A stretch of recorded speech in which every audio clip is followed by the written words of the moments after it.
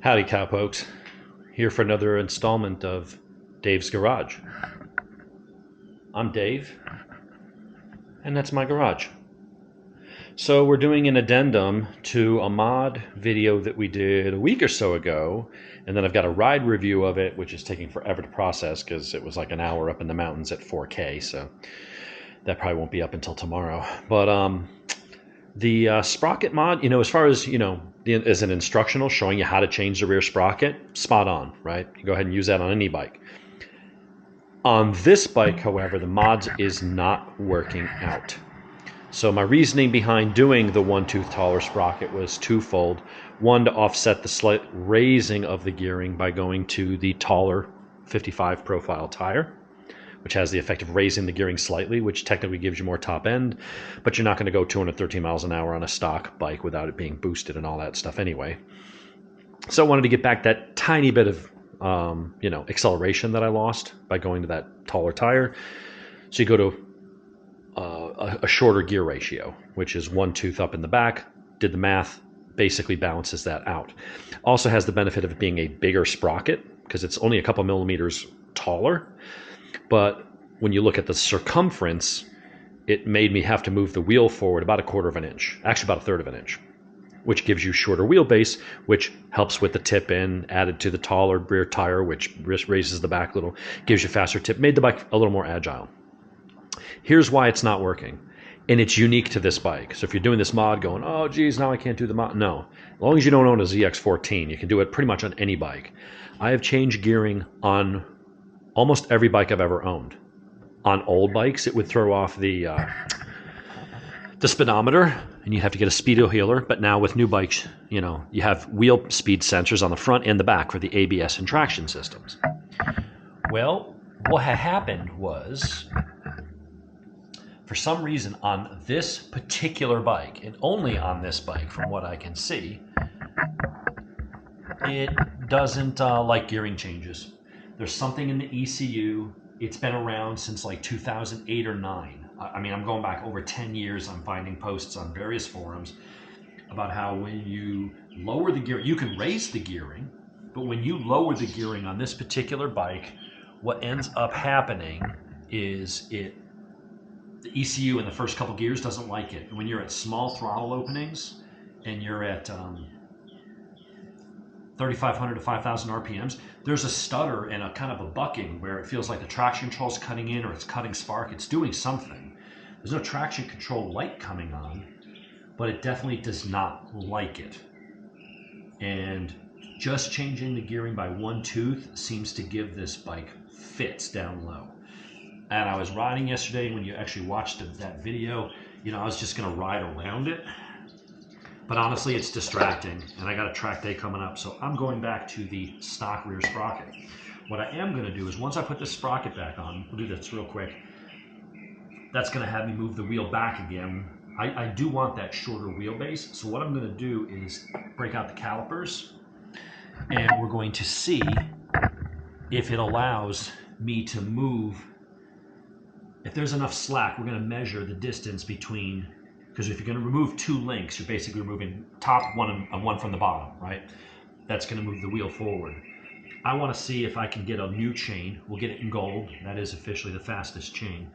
We'll get a gold chain, and if I cut it instead of 118 links, I can use the stock sprocket, keep the gearing happy as far as the ECU is concerned, and avoid that little quirk.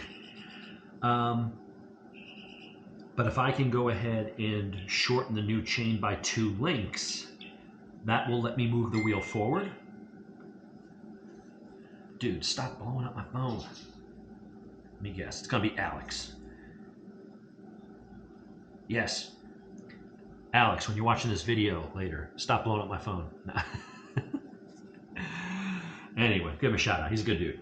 But I don't have time to answer them right now. So you have to be patient, my friend.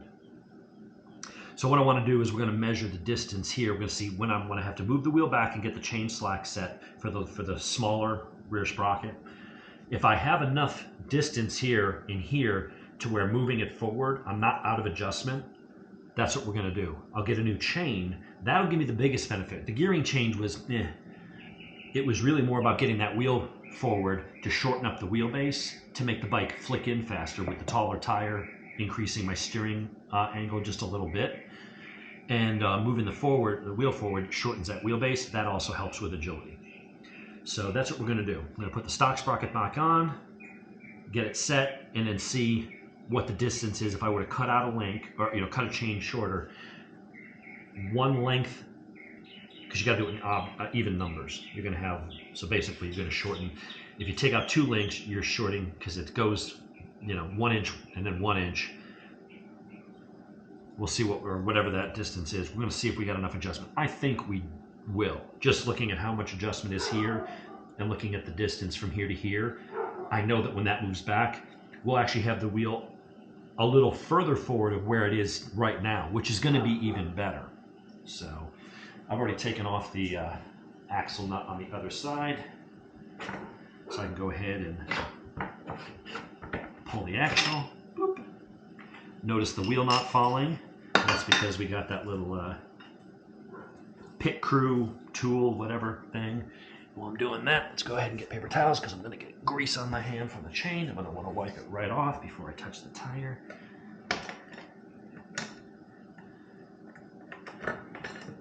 All right.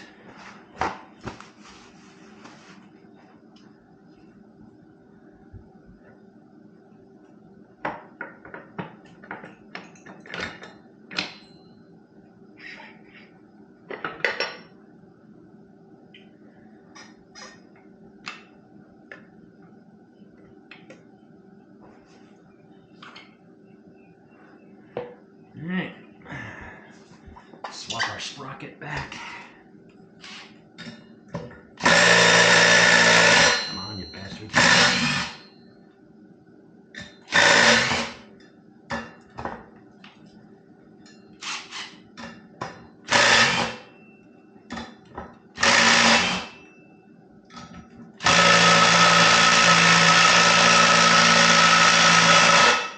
It's always got to be one.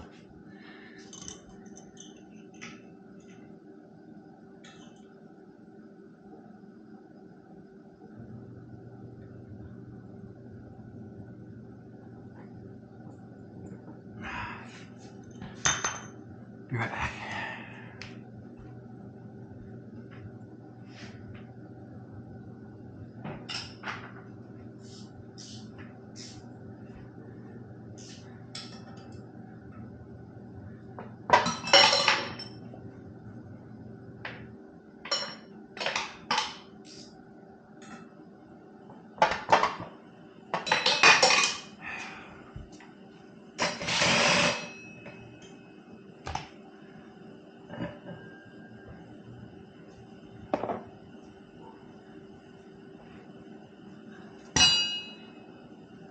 You put the sprocket on, make sure you got the size that has the numbering. Typically that's what faces out.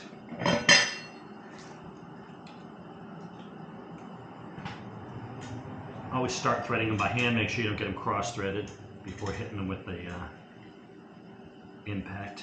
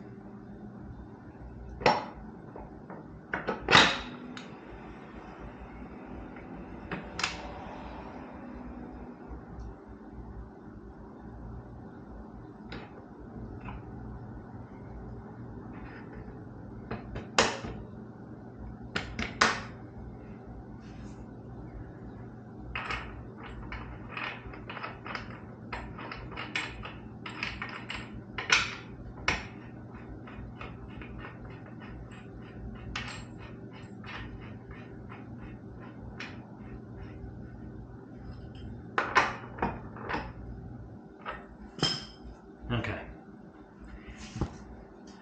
So now, after that stupid debacle, don't know what the problem was there. Clean up our hands, make sure we don't get any more chain grease. All right, so what you can see here is how much slack there is. So now I'm gonna take that slack out of the chain, which means I gotta start moving this back.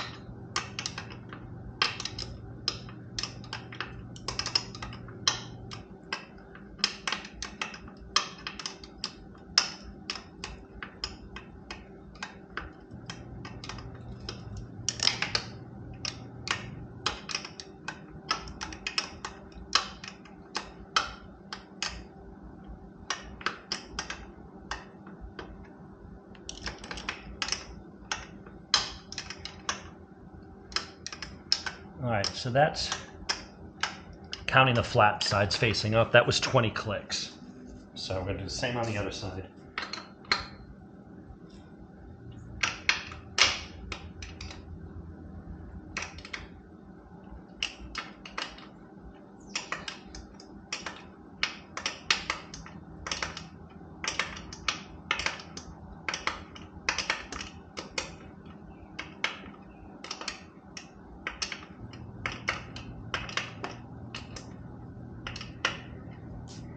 All right.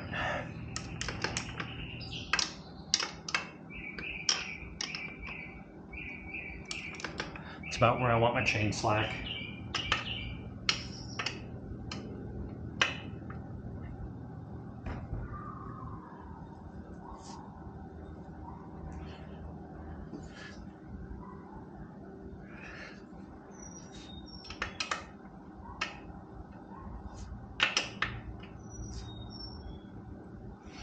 All right, going by the markers, we're dead on.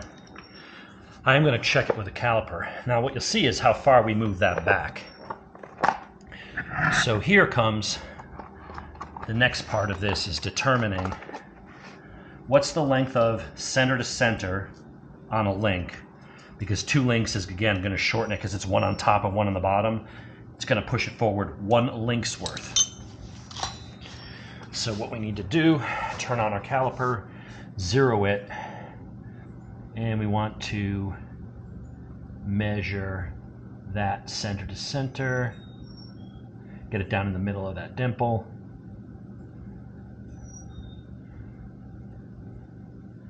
So we're looking at about 18 millimeters. So if we were to move that wheel forward, I'm just going to double check this, make sure I got that down just in the center, not on the outside. No, actually it's a little shorter than that. So let's do this. Yeah, it's still 17. So now what we want to do is, how much room do we have in here to play with? If I had to move that forward 17 millimeters, could I?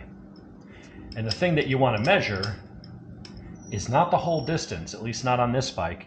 You want to measure the distance between that lock nut and this, because if, let's say, we needed to move it forward 17 mils and I had 20 between this surface and that surface, well, physically this could, but you got to subtract this thickness right here from that face to here, because you can't compress it and push it up in, right? So really what you have to look at is between those 2 nuts, and you have to determine, do you have the space?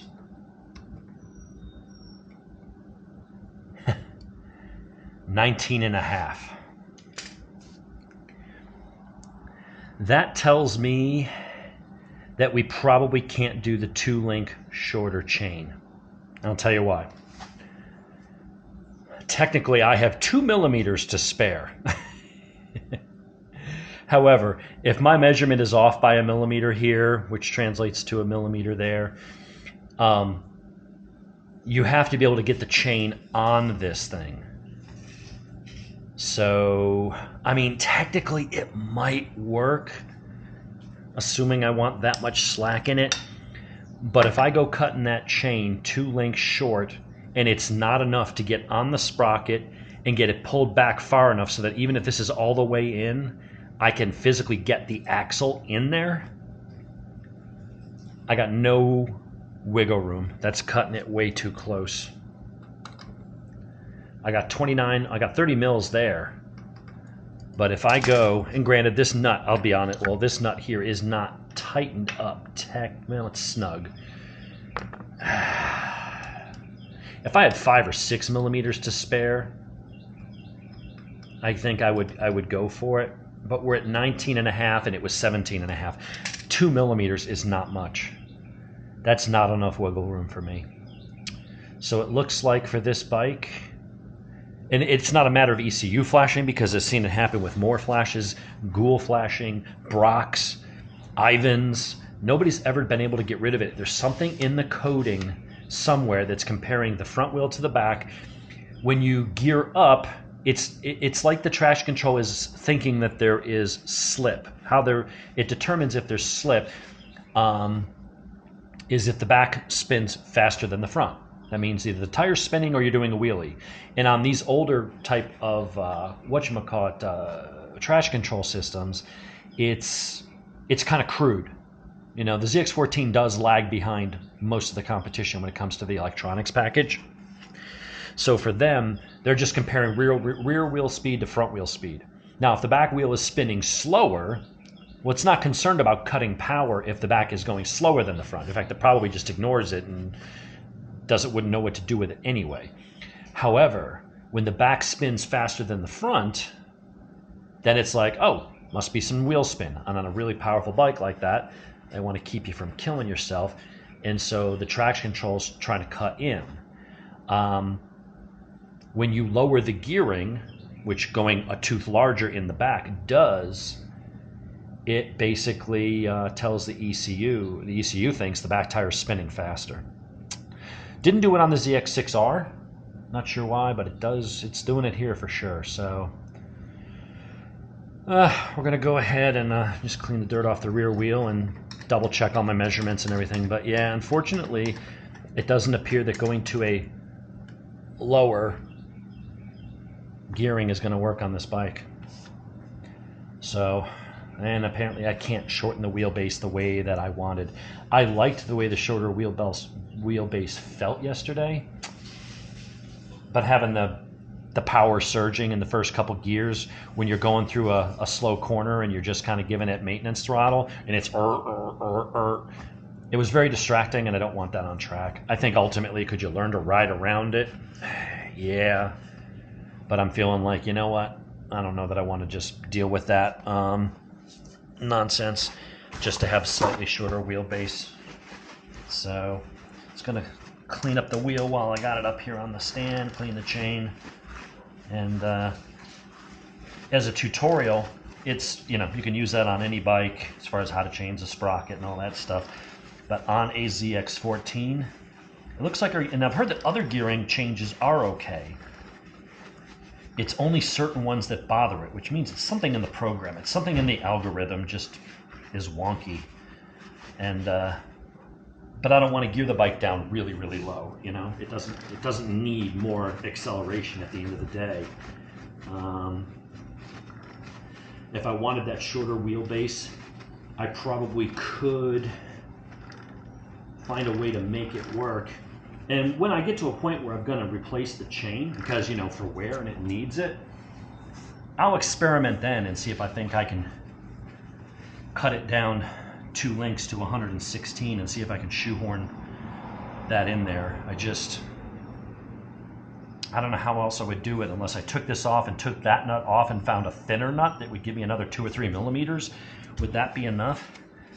But to have it that tight, if I'm off at all, the chain might be too tight. I might get the wheel on there, but if that's in all the way just to get the wheel on and the chain's too tight and I can't loosen it, I mean, I guess it'll stretch a little bit.